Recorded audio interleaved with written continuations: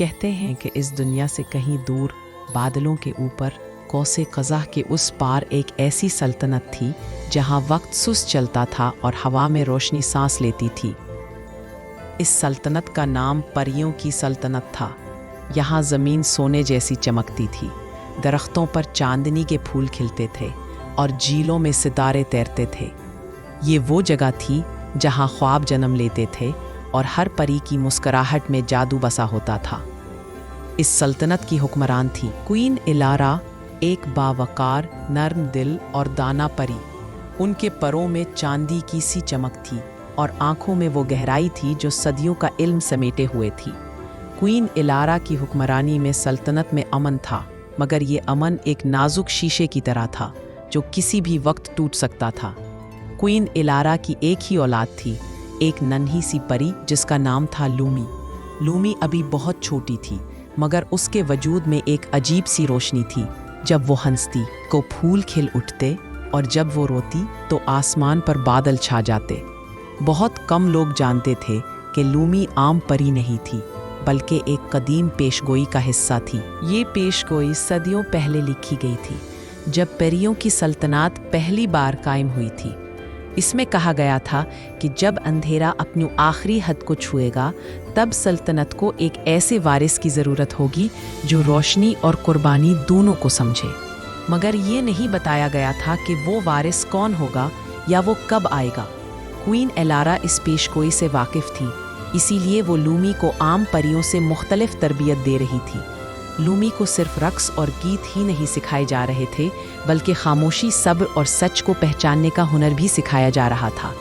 مگر لومی ابھی ان باتوں کو پوری طرح سمجھنے کے قابل نہیں تھی۔ سلطنت کے کنارے جہاں روشنی مدھم ہو جاتی تھی، ایک سایہ بھی پل رہا تھا۔ اس سائے کا نام تھا ماڈرن۔ ماڈرن کبھی اسی سلطنت کا محافظ ہوا کرتا تھا، مگر طاقت کی خواہش نے اس کے دل میں اندھیرا بھر دیا تھا۔ اسے لگتا تھا کہ کوئین الارا نے اس کا حق چھین لیا ہے، اور اب وہ خود کو سلطنت کا اصل وارث سمجھتا تھا۔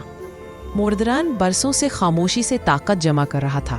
اس نے اندھیری وادیوں میں بسنے والی مخلوق سے معاہدے کیے، بھولی بسری جادوئی کتابیں دوبارہ زندہ کی اور انتظار کیا۔ صرف انتظار۔ وہ جانتا تھا کہ سلطنت کو توڑنے کے لیے صرف طاقت کافی نہیں، بلکہ وقت بھی چاہیے۔ ادھر محل کے اندر لومی اکثر راتوں کو ایک ہی خواب دیکھتی تھی، ایک وسیع میدان، جلتا ہوا آسمان اور ایک آواز جو اسے پکارتی تھی۔ وہ آواز نرم بھی تھی اور خوفناک بھی۔ لومی ہر بار جاگ کر کوئین الارا کے پاس دوڑتی، مگر کوئین الارا صرف اسے سینے سے لگا کر خاموش کرا دیتی۔ ایک رات جب چاند معمول سے زیادہ روشن تھا، محل کے قدیم کمرے میں وہ کتاب دوبارہ کھولی گئی جو برسوں سے بند تھی۔ کوئین الارا اپنے ساتھ سلطنت کے سب سے پرانے مشیر ایرون کو لے کر بیٹھی تھی۔ کتاب کے صفحات جیسے خود بخود پلٹ رہے ہوں۔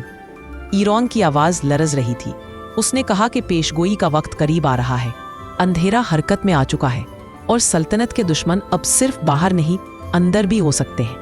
کوئین الارا نے خاموشی سے لومی کے کمرے کی طرف دیکھا، جہاں ننھی پری گہری نیند میں تھی، بے خبر اس ذمہ داری سے جو اس کے وجود سے جڑی تھی۔ اگلے دن سلطنت میں عجیب سی بے چینی پھیل گئی۔ پرندے کم بولنے لگے، جھیلوں کی روشنی مدھم ہونے لگی، اور ہوا میں ایک انجانی سی گھبراہٹ شامل ہو گئی۔ لومی نے بھی یہ سب محسوس کیا، مگر وہ سمجھ نہیں پا رہی تھی کہ اس کا دل اتنا بھاری کیوں ہے۔ اسی دن پہلی بار لومی نے ماڈرن کو دیکھا۔ وہ ایک سائے کی طرح تھا، مگر اس کی آنکھیں چمک رہی تھیں۔ لومی کو لگا جیسے وہ اسے جانتا ہو، جیسے وہ اس کا انتظار کر رہا ہو۔